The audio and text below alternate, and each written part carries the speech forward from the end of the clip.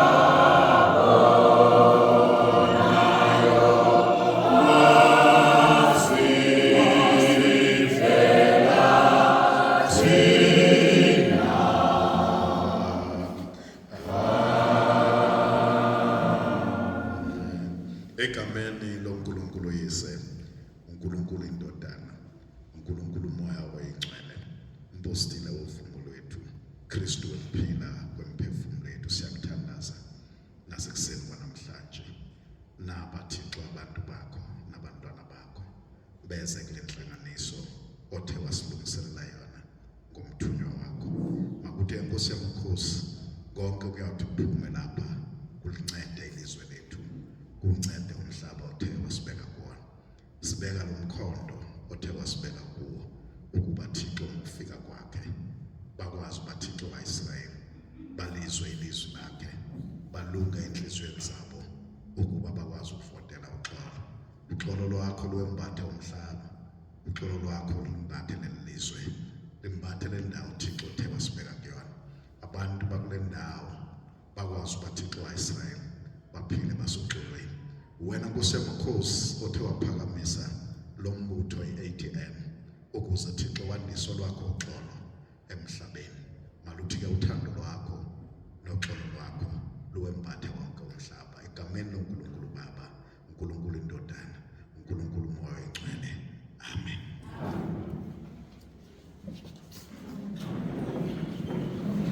Peace in our land, peace in our lifetime, one God, one human race. Ayibuye Africa, ayibuye. Servants, ngiyabonga ukukhona benu namhlanje. Ngiyabonga ukuzinikela kwenu. Abanye basesezindleleni isikhathi siyazi ukuthi siyashaya ngoba kungumgqibelo besininto eziningi esizenzayo. Kodwa ukukhona benu kuyi-important. Angifuni ukuba mude. Ngaphakathi kwethu sinomhlonishwa. Umhlonishwa, a member of parliament, Honorable Vuyo Zukul. But namhlanje sino president of ATM. I stay. Sekusele insuku ezingaka.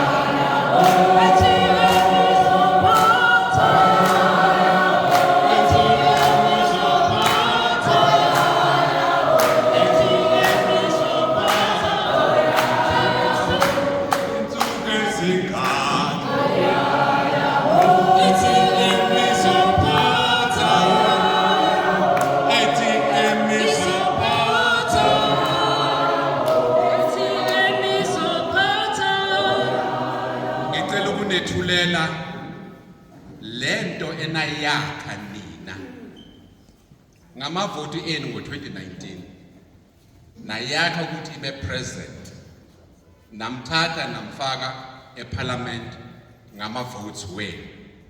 Namhlanje uzokhuluma nani nina abantu namthatha namfaka kuphi-ke eparliament. Ngamanye amazwi sihloniphekile ngendlela esesimangalisa engayazi nami. Ngaphandle kokuchitha isikhathi ngicela ukuthi nginikeze yena akhulume nathi sisonke. Ngiyabonga. Asimshuse ngengube evutha. Sisebenza swati nikanzima sisebenzeni ethi sisebenza swati nikanzima sisebenzeni ethi ulukhuni uyarikela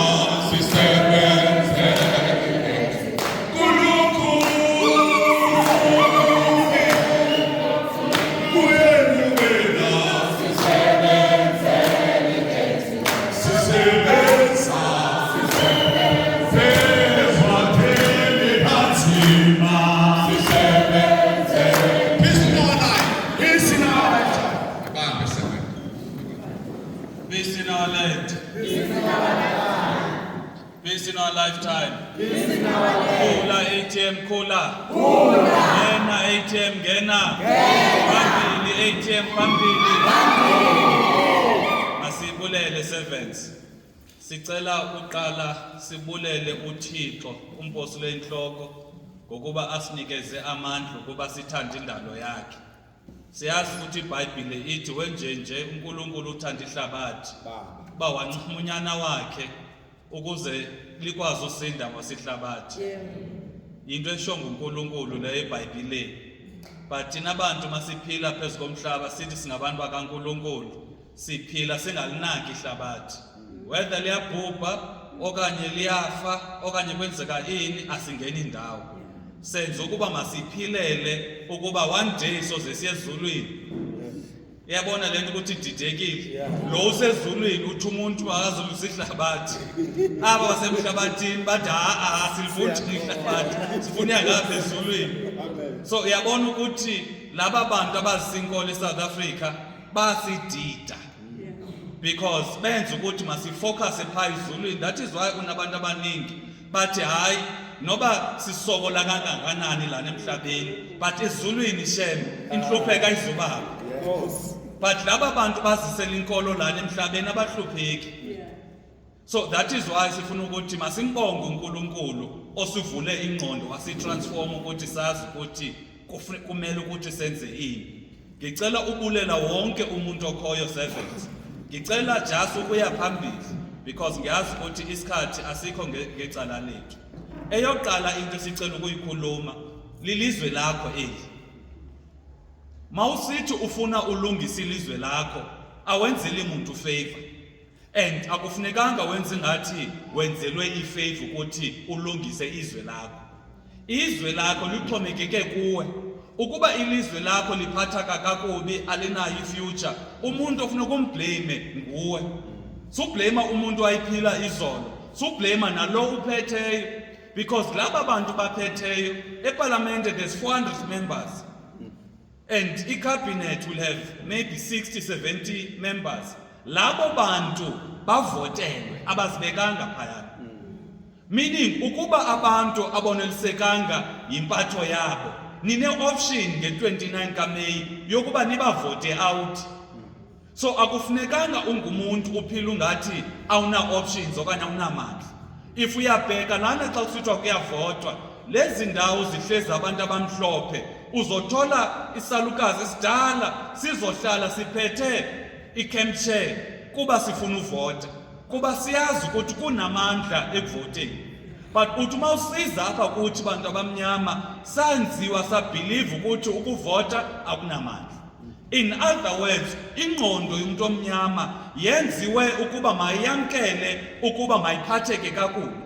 Kodwa ingqondo yomlungu yenziwe ukuthi makazi ukuthi makazilwele. Ukuba noma usiya evenkileni wena umuntu omnyama unikeza iservice engekho right uya uthi awushem alright maybe unento emhluphayo endlini. But umlungu uthi ngicela umanager wakho ngifuna ukuceba. In other words, ingqondo zethu mazishintshe sazi ukuba sinawo amandla and sine responsibility yokuyishintsha iSouth Africa le.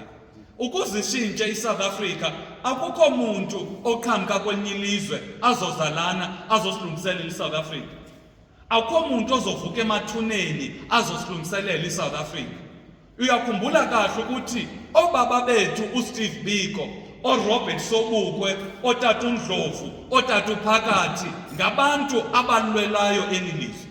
Ayingobantu abathi kunomuntu ozoza azosilungiselela ilizwe lethu. So masihlangene lana masazi ukuthi sihlangene ngesolutions. Masazi ukuthi inhloso yokuthi ATM ibe khona, it is nothing more than ukuimprove, ukulungisa impilo zabantu. That is why masikhuluma eParliament anisiva phana simene sithuka abantu abahlezi abantu abadala. Because ungamthuka enye iparty umthuka umuntu omdala but awusizi nganto kwinkinga zabantu. So into esiyicelayo nani lana eMkhondo, hambani nikhulume izinto ezihlupha abantu nibatshela ukuthi nazi solutions ze-ATM. But isikakhulu kufuneka nikhulume nengqondo zabantu. Abantu bazi ukuthi ngabo abazoyilungisa iSouth Africa. Bangacabanga ukuthi solutions eSouth Africa lies kumongameli wezwe. Umongameli wezwe umuntu okufuneka alalele imfuno zabantu. Angithi masiphuma phandle kuthiwa amandla. Abantu baphendula bathi ngawethu. In other words, amandla akuphi? Asebantwini, hayi kulona ukuthi amandla. Lo uthi mandla uyanikhumbuza ukuthi amandla ngawenu. So that is why ATM masihambe siyokhuluma nabantu sibakhumbuza ukuthi amandla ngawethu singabantu. Ukuba sonwabile South Africa masiqhubeleke ngolendlela sonwabe ngayo, but ukuba sonwabanga masishintshe izinto. Ukuba apha eSouth Africa abantu bonwabile, South Africa mawukhuluma lana asiphephile. Lana eSouth Africa imisebenzi ayikho. Ingane iyaya esikolweni ifike ifunde phayana mase iqedile ifike ihlale endlini nogogo. Why? Because imisebenzi ayikho. Lana eSouth Africa kune load shedding. Kufanele kuba ukuba ufuna ufunda lana kufuneka uthenge noma ngamakhandlela. Uyambhatala ugesi, but lo gesi umbhatalayo uthe no awuzumthola for ama hours athize. Again kuphinde kube khona inkoyinga lana eSouth Africa nje kunalama crimes masha. Lama crimes ungazi ukuthi aqhamuka. Because sasikade singenazo into okuthiwa ngama protection fees lana eSouth Africa. Ama construction mafia uthi kune construction lana zifike zazinto sithi hayi sabona baba ukuthi ulitholile itender lakho but u30% wa yonke lento oyenzayo uza kuthini. Nama crime wama drugs apho ingane zethu ziyabulawa phambi kwethu. So that is why ngizikhuluma lezi zinto ngifuna nibone ukuthi sisenkingeni, because abanye abantu bacabanga ukuthi asinankinga. So abantu mabazi kuba sinenkinga enkulu eSouth Africa, but most importantly mabazi ukuthi solution ikubona. What is our solution as the ATM? Eyoqala izathi sifuna umnotho. Abona lento yomnotho akufunekanga sibe ngathi sithi servants. Kufuneka abantu bazi ukuthi sifuna yini, sifuna umnotho. Noba iBhayibhile siyalifunda lithi iBhayibhile ungcono yini ihlwempu uba lingangena ezulwini. Ewe iBhayibhile mayihlala ibe iBhayibhile. Asuzuphikisana nayo, but umnotho wona siyawufuna. Because uNkulunkulu mayidala umuntu moseqaleni angithi wamnikeza zonke izithelo ukuthi adle aphile ngazo. Kwaba khona ilanga kuze ingabikho load shedding. Akhonto wawungenayo la nto ayipoverty. Meaning ukuba thina singabantu abamqondayo uNkulunkulu masibuyele kwesasimo. Ingabikho ipoverty, ingabikho unemployment, ingabikho iload shedding, sonke siphile kahle. So masikhuluma ngomnotho sithi servants, nobumnotho umncane kangakanani nobumkhulu kangakanani simfuna ezandleni zethu. Into ekufuneka siyilwe servants kulomcabango wokuba thina bantu base-South Africa singabantu okumele sinikezwe kuphela i-grant. Akufunekanga sicabanga ukuthi funeka sinikezwe kuphela i-grant. Babe beqhamuka amanye abantu from other countries, bona bazeli grant eSouth Africa, bazeli economy. Why thina kuthiwa nayi i-grant into encane nje 2,000 per month, kodwa abanye abantu abaqhamuka from other countries bazela imisebenzi, bazeli economy. CATM sithi masinikezwe i-economy ukuze masiqedile nge-economy aba singakwazanga uba accommodate kwi-economy sibazame nge-grant. Abantu banganikezwe u-grant kuthi hayi nanku u-grant uphelele la unikezwe u-350, kodwa kwabona u-government ithi bane-research abayenzayo bathi umuntu ukuze aphile kakuhle apha eSouth Africa kufuneka athole u-5,500 because ibasket yokudla okulasta inyanga yonke ku-5,500. But lo government uyayenza le research, uyayazi, but anikeze umuntu i-grant ye-350. Iba worse ukuba lana eSouth Africa unamabanjwa umuntu othathiwe wasiwa ejele. U-government is spending 11,000 on ibanjwe lodwa. Kodwa kumuntu ohlonipha umthetho u-government umnikeza i-grant ye-2,000. So that is why thina sisithi sifuna i-economy. Noba incane kangakanani, that is why sisithi mawungena kwezindawo siphila kuzo, lama village, lama townships, ama business akhoyo phana makaranwe ngabantu balana eSouth Africa. Awukhoni ukuya ngale in another continent. Akushiwo noba kuse next door. You go to another continent apho mawusiya khona ufuna ukundize ngebhanoyi. Uye koma Pakistan ufike uyorun ibhizinesi elincane uthengisa amaswiti. Umthetho waphayana akavumeli. Why is it umthetho lana eSouth Africa evumela umuntu aqhamuke from another continent azodayisa amaswiti? Kodwa sinabantu abaningi eSouth Africa abalala bengadlanga, abantu abangaqhamuliye kwi-economy yabo. I-economy kufuneka niphume 7 okanye abantu sibakhuphe kulomcabango ukuthi i-economy isilama business makhulu, because uthi mawubheka lana ngesasikhathi se-350 kunabafowethu abalala outside ama post office befuna ini i-350. Kodwa lo muntu mayifuna urun ispaza apha azothola u-10,000 per month, but hayi into encane leyo. Because ngifuna ungitshela into, i-poverty lana eSouth Africa yinto eyenziwa deliberately. Lanto ukuthi sisokole singabantu abamnyama yenziwa banenhloso ukuthi bayenze lanto. The reason why bayenza lanto ukuthi abantu abamnyama babe in poverty, bayayazi ukuthi bazofika bathi ina nanku ugrant, wena uthi odanki baba ngiyabonga ngizokuvotela. So besinikeza nje besenza ukuthi masihlupheke, it is because bafuna ukusicontrola ngani ngama-grant. Manje baya kwezindawo zabantu abahluphekayo, abasoze baye kwezindawo zinabantu abaphila kakuhle, because lo muntu okwaziyo ukuzithengela ugrosa awuzofika phana uthi nayi food parcel ngivotele. So that is why thina kufuneka abantu sibenze bayazi ukuthi i-economy yi-economy nobe incane kangakanani, because ngiqinisekile ukurun ispaza ungarun ispaza uqale nge-10,000 per month, next month izoba ngu-12,000, ngelinye inyanga uzovula esinye ispaza uphele ke ngoku ube ne-super store, supermarket kuba ibhizinesi yakhona. But ukuba wena ufuna uqala awusoze ukhule. Iyafana lanto ukuthi ungaqala namhlanje ube yi-waiter, kusasa ube yi-manager, ngelinye ilanga uzoba yi-owner. So abantu masibafundise ukuthi i-economy.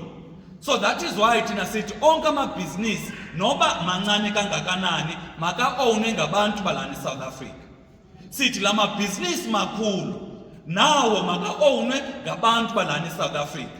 Why equally saying CATM mawufika ku-government whether it is a national government, provincial government okanye ngumasipala, ugovernment zonke ii-departments zakhe kufuneka athenge 50% of imali anayo, athenge from ama-SMMEs.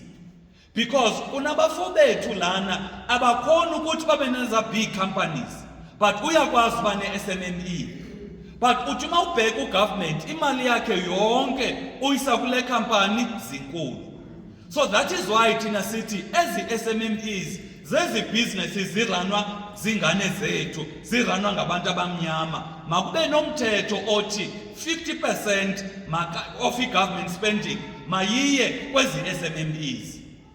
So siphinde sikhulume ukuthi i-economy, whether ngama-mine, ngama-bank, nani, mayishintshwe i-economy ukuze benefite laba bantu balapha eSouth Africa. Siphinde sisho si-ATM sithi ukuze imisebenzi ibe khona lana eSouth Africa, make senze izinto lana eSouth Africa. Because uthi mawubheka eSouth Africa izinto eziningi zenziwa eChina. Izinto esizigqokayo sibhalwe made in China. Uthi uma uhlezi kamnandi usidla idinner yakho, iplate yakho ibhalwe ini? Icephe lakho libhalwe ini? Ubheke iTV ibhalwe ini? So yonke into yenziwa kuphi? And iqiniso lithi once wena uthathe wenze izinto in another country, imisebenzi iyaphi? Iya kula country. ISouth Africa ayikwazi ugenerate imisebenzi ukuba ayikwazi ukwenza izinto lana eSouth Africa. Ngesasikhathi so 1990, 1995 ngoye 2000 kwakunama factory lana eSouth Africa. And lama factory wawuthola ukuthi akekho sego Joburg kuphela okanye Durban kuphela, wawuthola ukuthi i-district nganye ayinama factory. So si-ATM thina sithi lana eGertrude as a district makube nama factory alana kuproduce izinto lana, izinto esizisebenzisa on a daily basis. Angithi isepa sayisebenzisa, amakhandlela siyawasebenzisa. So ezo zinto maziproducewa lana kuzokwenzeka imisebenzi for abantu bakuphi balana. So that is how we are going to create jobs team. That is why singami thina sithi we are going to create jobs. Sifuna ukubonisa ukuthi njani, because masibonisa ukuthi njani siyanibonisa ukuthi iplan sinayo. Sidlulele kwi-economy, sikhulume nge-education. I-education bazali, mawufundisa ingane kakuhle uya-investa kwi-future yelizwe lakho. In fact, once ube ne-education e-right, i-investment yakho leyo. Because maseyifundile lengane ingudokotela, ECA, ingummeli, izokwazi unakekela bani? Wena. So, CATM, sithi education system yethu masiyishintshe ibe skills based. Umuntu okanye ingane ithi mayisiya esikolweni ifunde iskill. Ingafiki phana ifunde izinto ezingekho relevant. Ukuba phana bona manje i-economy idinga ama-technical skills.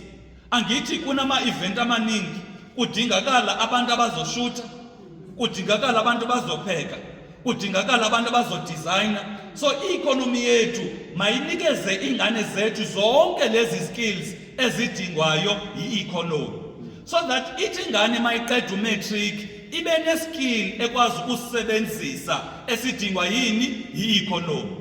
Ingafika ingane yethu ifika ifundiswe into engahambisani ne-economy.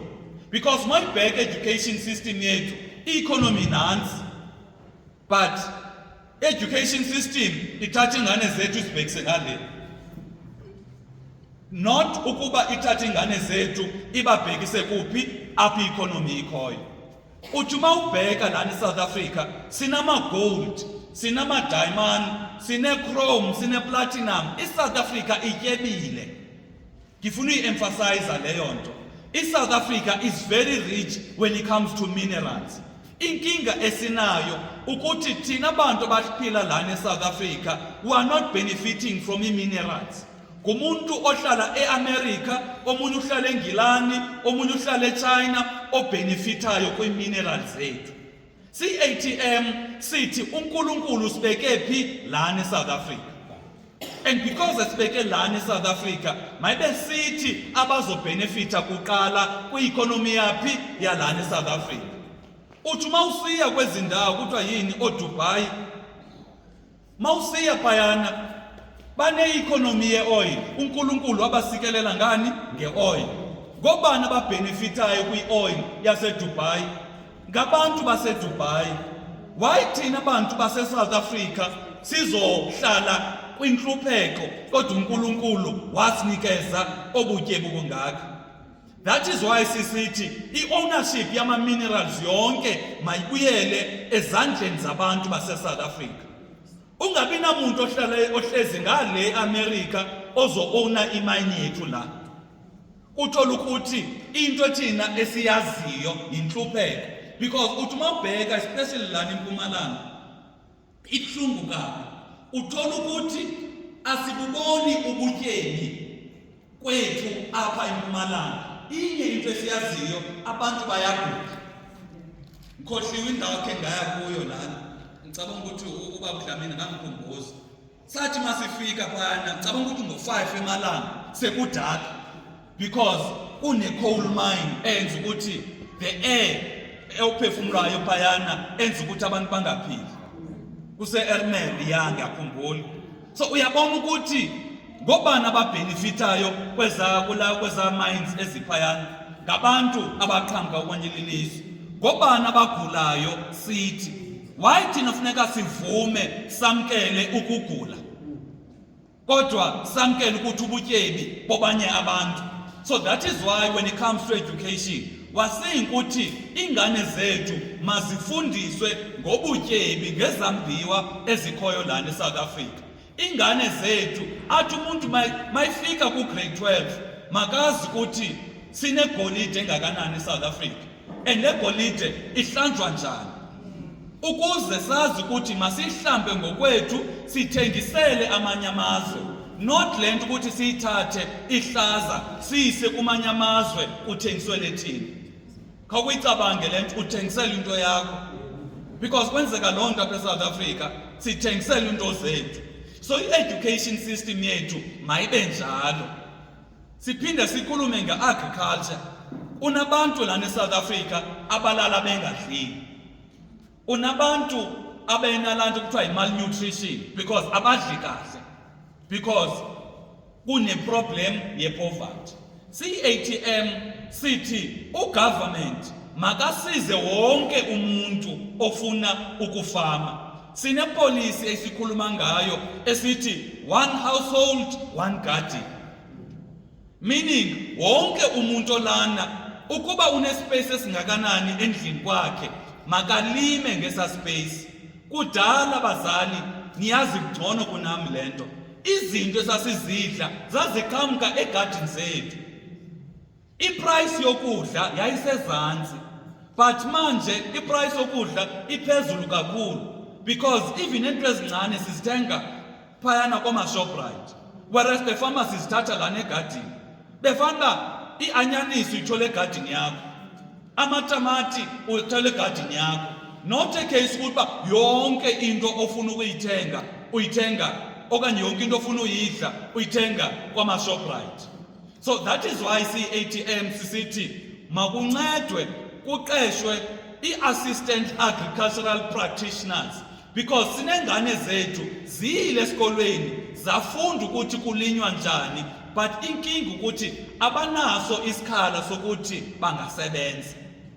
And ukuba thina siyakwazi ukwenza lanto izophela indlala because awusoze uthi uzolala ungatyanga kodwa unegadi lana enezithelo. Sidlulele lapho sikhulume ngento ye-safety. Asiphephanga eSouth Africa. Yonke into oyenzayo lana eSouth Africa kufuneka uqala uconsiderishe ukuthi izigebengu uzi-accommodate njani. Kakho uyicabange lento uthi uhlela usuku lakho kufuneka nini usho okanye kunezigebengu. So into ethize mangenze ngesikhathi esithize okanye into ethize mangenze endaweni ethize. Ucabangela ini izigebengu. Siyabona izigebengu zenze zabaleke eSouth Africa because umuntu mayiplana nje ubeka qala yini isigebengu. Si-ATM sithi once kuphathi i-ATM umuntu ofuna uba sisigebengu uzoyazi ukuthi akazuncengwa lana eSouth Africa. Because asikwazi ukuphilela isigebengu. Asikwazi ukuvuma ukuba iSouth Africa incenge isigebengu because ingane zithi mazikhula ziyabona ingane. Ziyabona ukuthi kunezigebengu ezidrive imoto ezinkulu ezinemali enkulu. Zibone wena ufundile uziphethe kakuhle but awunamali. Ingane icabanga ukuthi eyona mpilo right ile yezigebengu. So kufuneka thina sidile nezigebengu kahle so that ingane zingafuna ulandela izigebengu mazilandela abantu abaziphethe kakuhle.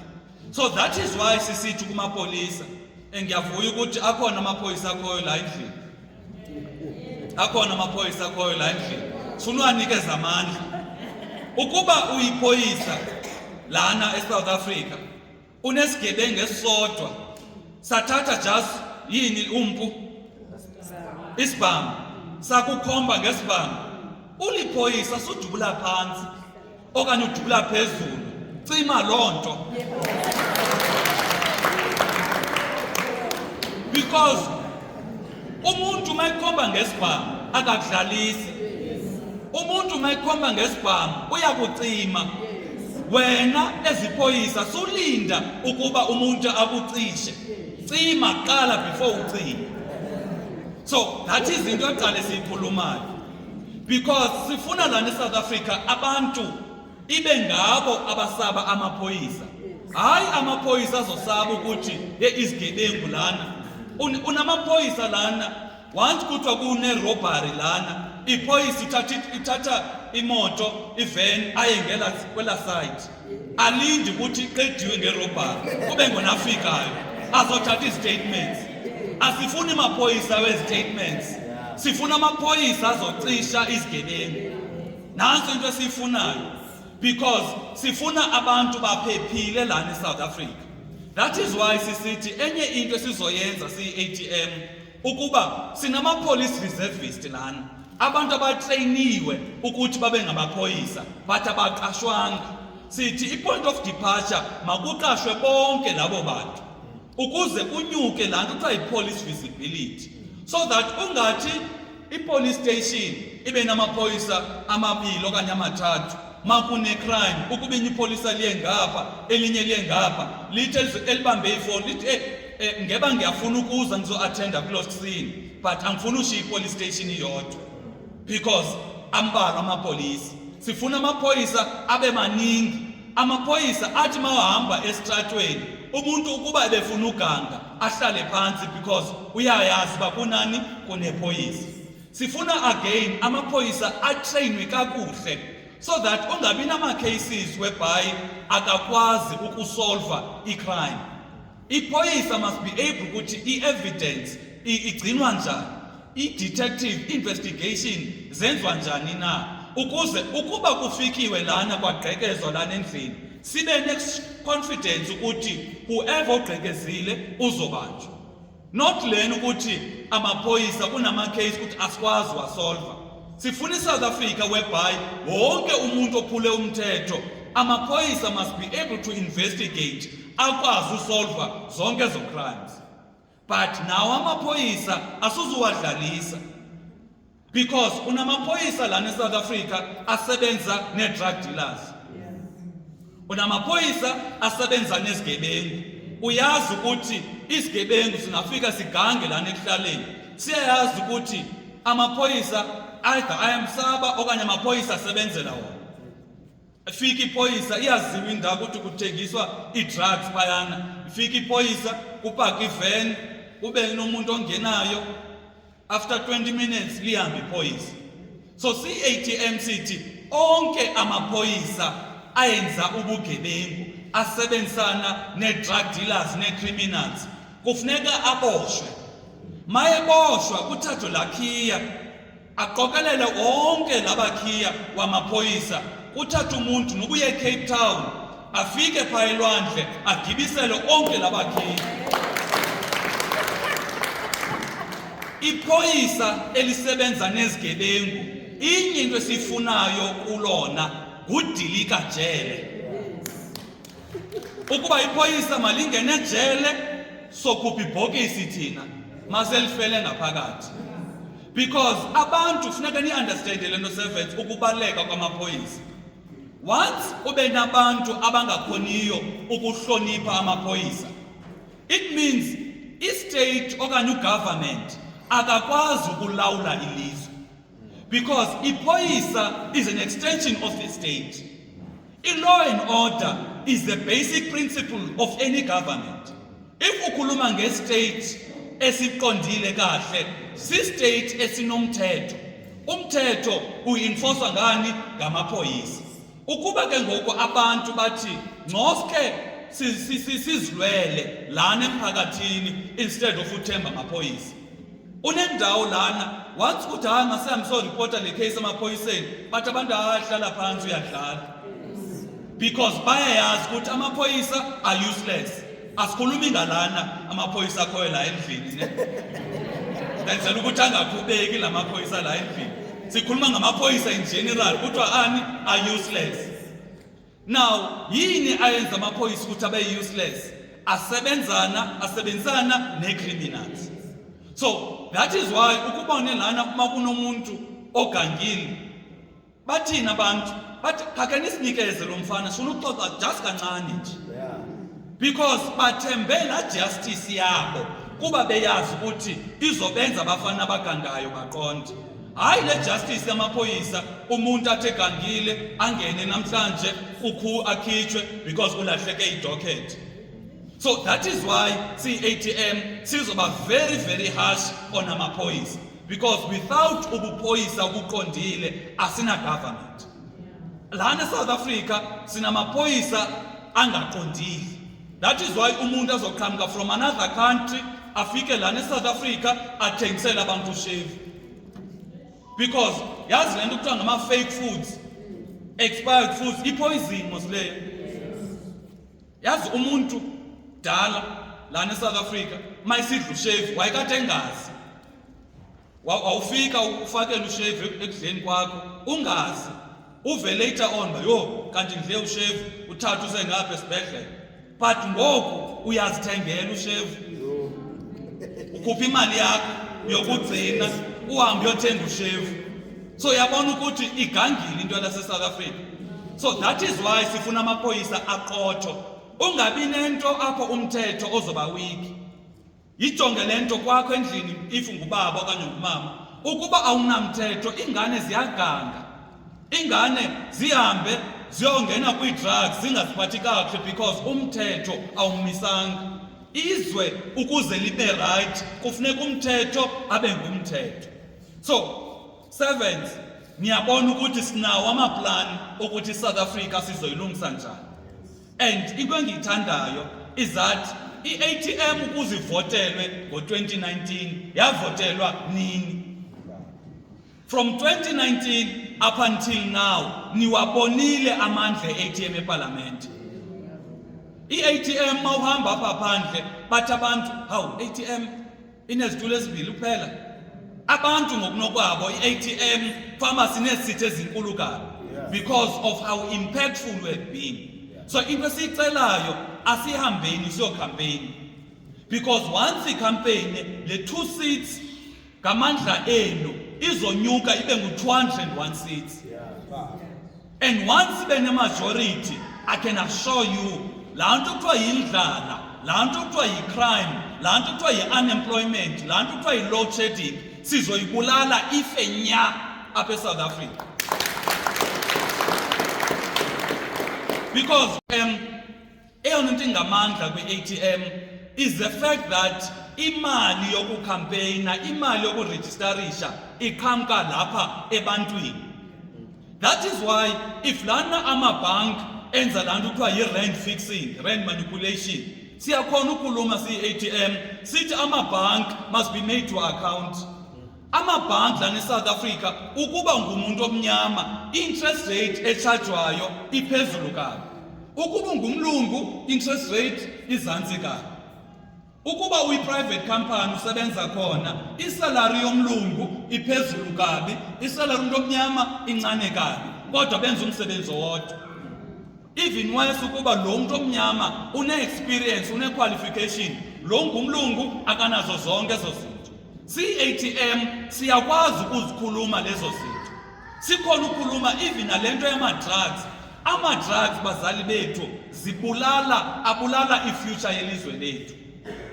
Because nike nizibone ezintwana mazitshayile ezi-drugs zazo. Ubone nje uba le ntwana lena ingqondo ayisasebenzi kahle. Do you imagine lo muntu ingqondo engasebenzi kahle encane kangaka kusasa ukuthi ungubaba wekhaya? Do you imagine ukuthi ungumholi esontweni kusasa? Do you imagine lo muntu ukuthi unguprincipal esikolweni? So laba bantu bazisa ama-drugs, and eyona nto isinyanyisayo siyi-ATM, umuntu aqhamuke from another country adlise iingane zethu ii-drugs.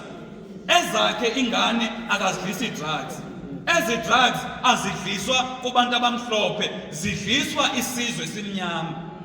Because isizwe esimnyama sona masihlale sisendlaleni, masihlale sisesidakamisweni ukuze singazi ukuba ilizwe labo bangalibusa njani.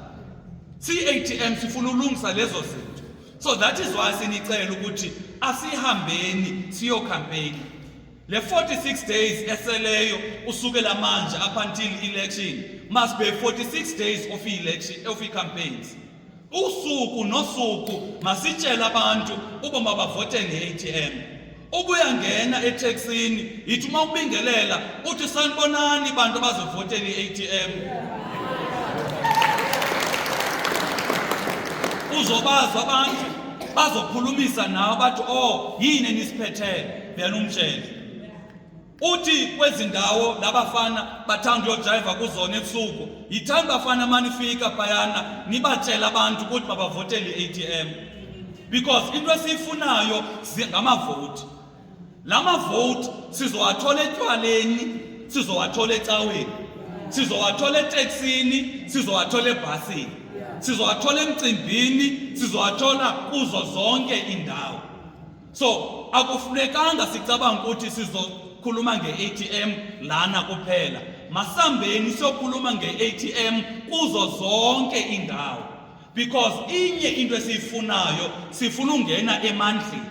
And once i-ATM ingene emandleni, abantu mabazi ukuthi makungene i-ATM emandleni, kungene bona emandleni. But xa kungene amanye amaphathi emandleni, kungene lamabhizinisi emandleni.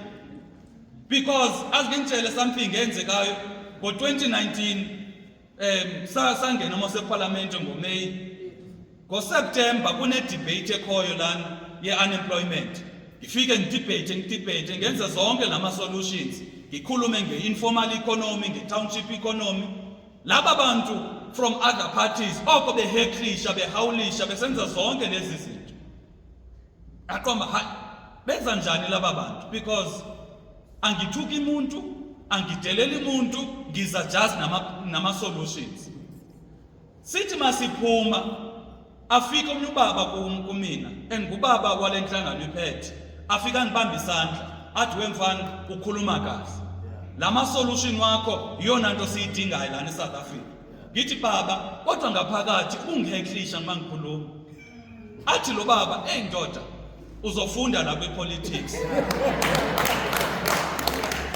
Uzofunda la kwepolitics. Masiniheklisha phayana, it's not because siyalwa nezinto esinizikhulumayo, but abaphathi bethu bafuna senze njalo. So yabona ukuthi noba une-idea ezosiza umphakathi kanjani, ukuba umphathi akavumi kufuneka ulwe naye. That is why lamaphathi amaningi ayafanda. Umuntu mayifandiwe uphela eba loyal kulo muntu umnikeza imali. I'm sure nikhe nibone nani nabafana bagangayo. Uzofika umfana athenga amasavana amabini amathathu, mayifuna uyolala la mfana wenzani? Uhamba nalo muntu bemthengela amasavana, ngithi kunjalo. So umuntu once umnikeza imali uyamcontrol. So that is why thina singafuna ukontrolwa ngabanye abantu, sonwabile ukontrolwa yinina. Sonwabile uzalana sihlale phansi sizwe ngani ukuthi masithini eParliament, sibuyele back eParliament sikhulume exactly lezi zinto nisifunayo. Because ukuba sifundwa ngalama masithi sifundwa lana icompany eowner ibank, ukuba thina sithi makube khona i-State Bank, i-State Bank ezoqinisekisa ukuthi ama-interest rate ayahla, because ama-interest rate lana eSouth Africa aphezulu kabi. Ukuba thina sifundwa yibank, sizothi masithi makube khona i-State Bank asihlalise phansi lo muntu usinikeza imali, asisanuyikhuluma ke le, because izomoshana nemali zami. Ukuba umuntu wayisho kakuhle ubaba uThomas Sankara uthi whoever funds you controls you. Nibona nje abantu lana eSouth Africa bemangazi ukuthi sinayo government. Abantu bazibuza ukuthi ngempela ugovernment ukhona la eSouth Africa. Do you know why bebuza? Ngenkathi ye-lockdown angithi nabona amaphoyisa namajoni beshaya abantu ukuthi hlalane ezindlini. Ngenkathi ye-lockdown niyakhumbula ukuthi amajoni ayisithi abantu mabesenza umcimbi benomqombothi phana zifike ezazinto zikhaba umqombothi zimchithe. Aqonda umqombothi into esiphila ngayo singabantu abamnyama. But nake nabona ugovernment uma kunesidakamiswa esiya kwezindawo zesidakamiswa odila nabo bantu. Angithi every month, every week lana eSouth Africa kunama report ukuthi kunengane ethize eyashona because idle ukudla okuthengiswa kumasiphaza esithize. Nake nabona ugovernment esiya phana amaphoyisa ayothatha lokho kudla. So uyabona ukuthi inkinga ikuphi. So abantu masibakhupheni servants umcabango ukuthi ugovernment uyinkinga, because nge-lockdown ugovernment ubonisile ukuthi amandla unawo. Because amandla kagovernment nge-lockdown wonke umuntu wayehlela endlini. Even nomnyubaba oliphoyisa okhoyo la endlini wayishaya ingane zakhe bahlala nesidleke. Ayithuma ingane yakhe bahamba mfana bonithengele into okhuza edrobheni. Athi mayiphuma akhohle ukuthi bemthumile. Afike abuye manje eziphoyisa, akabuye ezubaba. Ubuye eziphoyisa amshaya ukuthi hey wena umthetho uthi uhlala endlini. So ugovernment unawo amandla. Inkinga ukuthi akasebenzisi lamandla ukuze aguqule impilo zabantu. So that is why kufuneka kungene ugovernment we-ATM, ugovernment osekelwe okuimprove impilo zabantu. Si-ATM sithi abantu mabazi kwakhona lanto kuthiwa yi-grant, lanto kuthiwa yi-RDP, even kwa i-food parcel ayiveli kulombutho ubusayo. Ivela from i-tax. I-tax mawusiya evenkileni ufike phana uthenge noba yini kuno 15% oya ku-government. Enqomba lo tax ivela kuwe. If wena uyathenga evenkileni into befanele yi-85 rand, but ugovernment wafaka owakho 15% yaphela yayi-100 rand. So uno 15% wakho ophayana ku-government. Ugovernment uyabaqokelela bonke aba 15% athi enye imali sizokwenza ngayo indlela, enye imali sizobhadala othishala ngabo, enye imali sizobhadala onesi ngayo, enye imali sizokwakha i-RDP houses, enye imali sizonikeza abantu usizo ngama grant. So mawuthatha wena i-grant yazi ukuthi lo grant ayiveli kulombutho ubusayo, but imali yakho. That is why ngifuna unikeza i-advice enhle kabi. Lamasela mayifika manje ne ezisama food parcel, yazi ufuneka wenze yini? Ufuna ukuyithatha i-food parcel uyibeke la, uhlale phansi uroll izleeves zakho, because zonke imali yakho mos angithi kufuneka ukhululeke because uzotya imali yakho. Ungabi nawari ngathi uzotya imali omnye umuntu.